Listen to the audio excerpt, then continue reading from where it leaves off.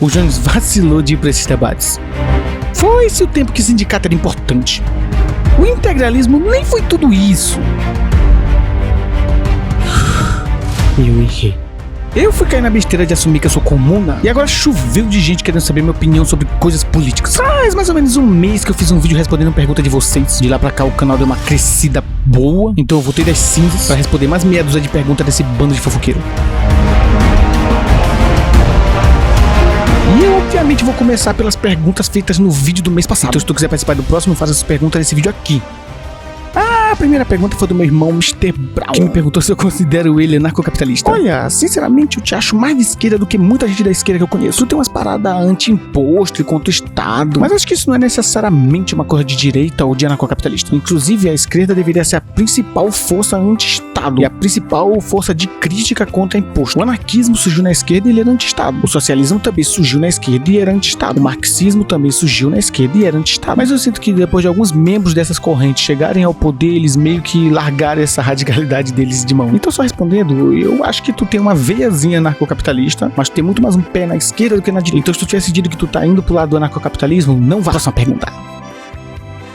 A segunda pergunta foi do Dante Cego, que quer saber a minha opinião sobre o integralismo. Olha, se tu tá perguntando pra mim o que eu acho, é porque possivelmente tu viu na escola e depois tu deve ter visto alguém falando que o integralismo nem foi tudo isso. Só pra deixar claro, foi tudo isso sim. O integralismo era um movimento fascista, tanto que o movimento surgiu quando os fundadores dele foram lá pra Itália falar com Mussolini. Então tinha ligação desde o começo com Mussolini. E quando deu merda pra eles e o líder máximo deles foi preso, ele fugiu da cadeia e foi lá pra Portugal pros braços do Salazar, que é do líder do fascismo português. Então eles surgiram no berço do fascismo italiano e tinham relações bem próximas com o fascismo português. Mas é claro que tem uma galera meio neonazi que tenta reviver o integralismo e que fala: ai, mas se fosse fascismo não teria mulher, não teria preto, não teria índio. Só pra deixar claro, dá pra ser fascista e aceitar a mulher no teu partido, porque senão a Zambelli nem estaria no PL. Tem uma galera que resume muito o fascismo a tudo que era igual ao Hitler e igual ao Mussolini. E essa redução gera uma confusão, porque como o nazismo era muito baseado no ódio contra as minorias, a gente acha que todo fascismo é isso. Lá no fundo tem isso, mas não é só isso que delimita o que é ou não é fascismo. Não tô falando aqui como professor de história. Eu posso afirmar categoricamente que o integralismo brasileiro era extremamente fascista e que o fato dele aceitar alguns membros de algumas minorias não exclui o caráter fascista dele. Caso tu queira te aprofundar um pouco mais nesse assunto, procura o livro Salazar e os Fascismos, que é do Fernando Rosas, um historiador português que faz um estudo comparado entre vários movimentos fascistas usando o salazarismo, que é o fascismo português, como um exemplo principal. A partir daqui as perguntas que vão aparecer foram feitas na postagem aqui da comunidade. Se tu quiser aparecer em um vídeo futuro aqui, te inscreve, porque direto eu faço postagens, enquetes e discussões que vão gerar vídeos futuros aqui.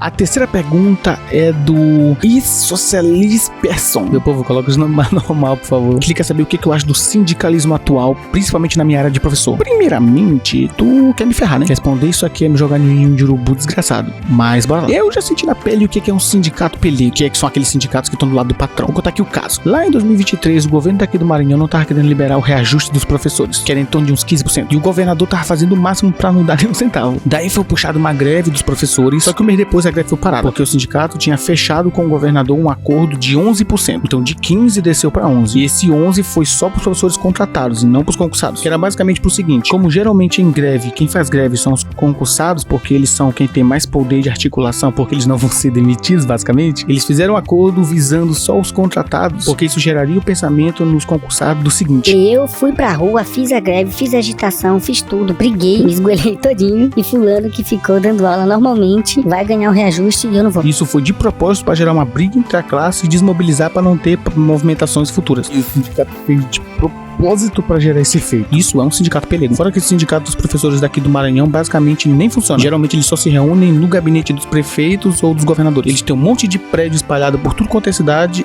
e eles nunca fazem reunião nenhuma. Então, baseado nisso, eu acho que lá no começo, quando o sindicato surgiu, ele era algo bom, realmente combativo, realmente de esquerda, mas isso faz tanto tempo que nem dá mais pra lembrar quando foi que isso acabou. Só que eu não sou um desses malucos de direita que fala que foi esse o tempo que o sindicato era importante. É aquele negócio que eu falei antes. As pessoas são mega combativas positivas, mas no momento que elas chegam no poder, elas simplesmente abandonam esse combate todo. Então eu acho que em relação aos sindicatos, uma solução pode ser fazer o que o Jones e outros camaradas fazem, que é de apoiar os sindicatos que realmente estão do lado dos trabalhadores e fazer uma crítica àqueles que estão contra, que é o que eu tô fazendo aqui, apontando o sindicato dos professores para fazer uma crítica por ele estar contra os trabalhadores, porque não dá para disputar um espaço que já tá comprado. O máximo que tu vai fazer é arrumar dor de cabeça pra ti. Não adianta tu tentar disputar um lugar onde todo mundo já tá pensando só em dinheiro, porque se tu chegar lá tentando disputar a consciência dos trabalhadores que estão lá, basta vir um empresário ou o próprio presidente do sindicato despejar um pouquinho de dinheiro na mão dos trabalhadores de lá, que eles vão dizer: é muito legal esse teu papo aí de revolução e comunismo, trabalhadores no poder, mas tem um cara aqui que tá despejando dinheiro na nossa mão.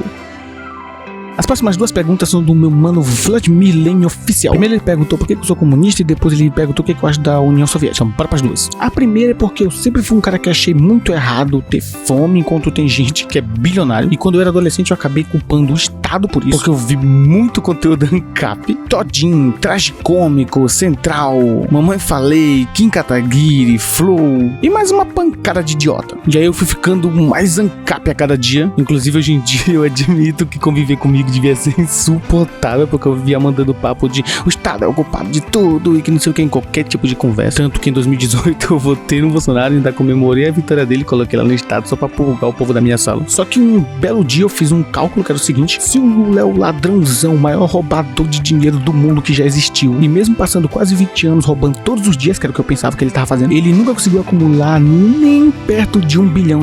Enquanto isso, tem gente que nem o Wilson Mateus, dono do Grupo Mateus daqui do Maranhão, que tem vários bilhões na conta dele. Se no capitalismo o poder vem do poder econômico, qual dos dois tem realmente mais poder? E aí que eu percebi que, na verdade, gente igual o Wilson Mateus tem muito mais poder do que gente igual ao Lula. Então o Estado não é quem manda é quem financia. É aquela velha questão de tu trabalhar no supermercado, passa pela tua mão todo dia R$500, dando uns 15 mil por mês, e aí o teu patrão leva 14 mil, te deixa com 1.000, e aí o governo vem e leva R$270. E aí o Bolsonaro, o MBL e toda a direita do Brasil vão dizer que esses que levaram R$270 são os verdadeiros vilões da história, enquanto que te tomou R$14 mil não tem que lutar contra ele não, porque esse aí tá te ajudando, ele tá te fazendo bem. É só pensar, né? 14 mil é muito mais roubo do que R$270. Foi com base nisso que eu comecei a perceber que a injustiça não tá só no Estado. O Estado é um órgão que trabalha para alguém. Esse alguém são os poderosos. Quem são esses poderosos?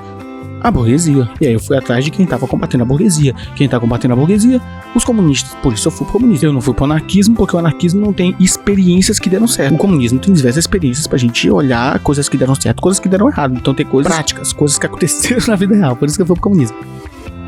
Sobre a próxima pergunta dele, o que eu acho da União Soviética, eu tento não me iludir sobre as experiências socialistas do mundo real, a União Soviética, Cuba, a China, a Coreia do Norte. Eu tento não achar que é o paraíso na Terra, porque de fato não é. Ainda tem muitas contradições, tem bilionário na China, ainda tem pobreza em Cuba, com certeza tem alguém que passa fome lá no Vietnã. Então, geralmente eu tento não me iludir, não cair nessa propaganda de que foi tudo perfeito, tudo mil maravilha. Mas a gente tem que assumir que teve avanços consideráveis. Na União Soviética o aluguel era menor do que nos Estados Unidos, a fome era menor do que nos Estados Unidos, a educação era melhor do que nos Estados Unidos, e o país cresceu em um nível que os Estados Unidos jamais imaginou em crescer. Em 1917, antes da Revolução, a maioria dos países que viraram União Soviética eram todos basicamente feudais. E lá para a década de 50, eles estavam jogando foguete para a Lua. É um avanço um tiquinho considerável. É só tu comparar o seguinte: pega São Paulo de 20 anos atrás e São Paulo de hoje, Nova York de 20 anos atrás e Nova York de hoje, Paris de 20 anos atrás, Paris de hoje, Londres de 20 anos atrás, Londres de hoje. A maioria dessas cidades tá muito igual, para não dizer que tá idêntica como era 20 anos atrás. Praticamente nada mudou. Agora pega Pequim de 20 anos atrás e Pequim de hoje. Não precisa nem ser Pequim. Pega qualquer cidade do interior da China de 20 anos atrás e pega uma foto dela de hoje. Absolutamente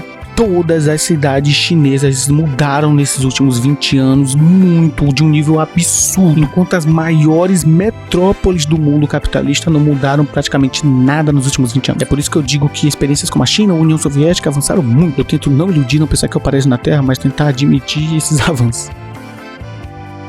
A próxima pergunta é de novo do meu mano Mr. Brown. Ele perguntou o que eu acho da declaração do Elon Musk, que ele ia fazer 13 bilhões de robôs até 2030 e que ele vai destruir os empregos e a gente vai ver igual o Wall-E só de auxílio do governo. Olha, isso aqui é impossível em diversos níveis. Não tem como a população de robôs ultrapassar de seres humanos, porque para fazer um robô exige tanto recurso que se a gente fosse fazer uma população de robô maior que a de ser humano, a gente ia ter que destruir o planeta Terra. Então não ia mais ter humano. E outro ponto é que o Elon Musk é o mentiroso mais renomado de toda a história da humanidade. O cara não fez absolutamente nada e leva um mérito de gênio. Toda a promessa que ele faz é papo furado só pra tomar dinheiro público. A história do Elon Musk recente é basicamente isso aqui. Ah, eu vou revolucionar o transporte via metrô. Daí abriu meia dúzia de buraco pra botar carro por dentro, ganhou milhões de dólares em dinheiro público e encerrou as obras pela metade. Ah, porque até em 2024 eu vou ter colonizado Marte. Já estamos no fim de 2025 e o máximo que ele fez foi jogar uma porcaria de um carro pro espaço. O problema do Elon Musk não é que ele vai criar uma máquina que vai destruir o mundo. Ele nem tem capacidade pra isso. O problema dele é o fato de que ele é um sanguessuga. Ele vem com uma ideia mirabolante, completamente idiota, pega milhões de dinheiro público de imposto, financia golpe de estado em países menores, como ele tentou fazer com o Brasil recentemente, suga uma quantidade absurda de recursos naturais, não entrega absolutamente nenhum resultado desses projetos mirabolantes idiotas que ele faz e fica por isso mesmo. A gente está literalmente sustentando um sanguessuga. E ainda tem gente igual Sacani chamando ele de gênio. A última pergunta foi do Vini GDS. Pelo amor de Deus, gente, troca esses nomes de vocês. Ele perguntou o que eu acho da UP e se eu acho melhor agitação na vida real ou nas redes sociais, igual o Jones Manuel faz. Basicamente, ele tentou cavar uma treta aqui, que a galera da UP, principalmente a Suede, brigaram lá com o Jones. Acho que ele quer que eu fale coisa do tipo, o Jones vacilou de ir nesse debate, mas não vai rolar. Eu acho que tanto o Jones quanto a UP são extremamente necessários. Eu posso até não concordar com alguma coisa ou outra que a Suede tenha falado, mas eu tenho que lembrar que a Suede é uma mulher trans, de um partido de esquerda radical, abertamente comunista, que vai pro combate, que faz ocupação urbana, que luta nos bairros pobres. Então é óbvio que quando eu vou falar de algo que eu discordei de uma pessoa como ela, eu tenho que ter tudo isso no contexto, porque ser uma pessoa desse jeito, estar nisso, dar a cara a tapa, já é uma coisa extremamente heróica da parte dela. E o Jones, mesma coisa. É um homem negro que veio de família pobre, de um lugar todo ferrado, que tá no partido revolucionário. Então sempre que a gente vai falar do Jones, a gente tem que botar a mão na consciência e pensar que a gente tá falando desse cara. Só do Jones, a Suede, o Léo Périx existirem, fazerem o que eles fazem, já é uma prova gigantesca de fibra de todos eles. Então acho essencial o trabalho de todos eles. E eu acho que é necessário a gente fazer ocupação tanto na rua quanto nas redes sociais. Não vai ter revolução sem rua e com certeza não vai ter revolução sem o uso das redes sociais. Acho que um grande vacilo do PT foi não ter entrado nas redes sociais enquanto o bolsonarismo estava entrando. Porque eu sei que teve financiamento pesado em um monte de candidatura, gente. Mas eu sei que teve uma galera do bolsonarismo que conseguiu se eleger só usando as redes. Teve, gente. Pelo amor de Deus, a gente tem que admitir que pelo menos um ou outro conseguiram só usando as redes. E absolutamente nenhum da esquerda conseguiu fazer isso. Não teve um movimento de esquerda que surgiu igual ao MBL. Mesmo que o MBL tenha tido financiamento. A gente não teve nada do mesmo nível do MBL, mesmo sem financiamento. Tão organizado quanto o MBL surgiu dentro da esquerda. O máximo que a gente teve foi a Soberana, mas a Soberana tá meio que se desintegrando, sei lá. Então acho importante todos eles. O Jones, o Luigi, o Ian, o Gustavo, o João Carvalho, a Suede, a Sardá, todo mundo que tem coragem de botar a cara a tapa, eu acho extremamente importante. As briguinhas são idiota demais pra levar a sério. Eu concordo com a tese do Link, que a gente tem que muito mais fazer pontes entre nós do que nos afastar. Pô, a gente já é rechaçado por todo mundo. A gente já é o grupo que ninguém quer levar a sério, que todo mundo quer destruir. Já tem político tipo Kim Kataguiri querendo proibir o nosso lado, fazer com que nossos partidos sejam proibidos pela lei, fazer nossa ideologia ser considerada terrorismo. Já tem tudo isso nos atrapalhando. A gente não precisa tá atrapalhando o outro. Então se um dia eu for fazer vídeo falando de algo que eu discordei de outro comunista, vai ser sempre um assunto aleatório, besta, que não vai fazer diferença de nada. Tipo falar de filme, falar de desenho, falar de mangá, alguma idiotice, algum videogame que alguém falou besteira. O Ian Neves falou besteira sobre Mario Bros. Eu vou lá e falo, não, o Ian Neves falou besteira sobre Mario Bros. Mas qualquer discussão política envolvendo o Ian Neves, todo lado dele. Eu vou apoiar ele, não importa com quem seja, eu vou tentar apoiar ele, a menos que ele faça um negócio extremamente absurdo, aí não tem como apoiar, né? Mas na medida do possível a gente tenta apoiar. Mas ele fez algo absurdo politicamente, eu não falo. Pronto, não falo, é isso que eu faço. Mas e o Thiago Torres fez algo pesado, eu só não falo, só não comento, não vou atrapalhar. A gente não pode estar atrapalhando uns aos outros. A gente é o campo que é massacrado por todo mundo, não precisa se massacrar entre nós mesmos. Aí, seus bandos fofoqueiros, eu respondi 7 perguntinhas dos meus pretos. Então se tu quiser aparecer no próximo vídeo respondendo pergunta, comenta aqui a tua pergunta. E se tu quiser complementar alguma das respostas que eu dei, comenta aí também. Eu espero que esse vídeo não cause minha demissão, né? Mas vamos que vamos.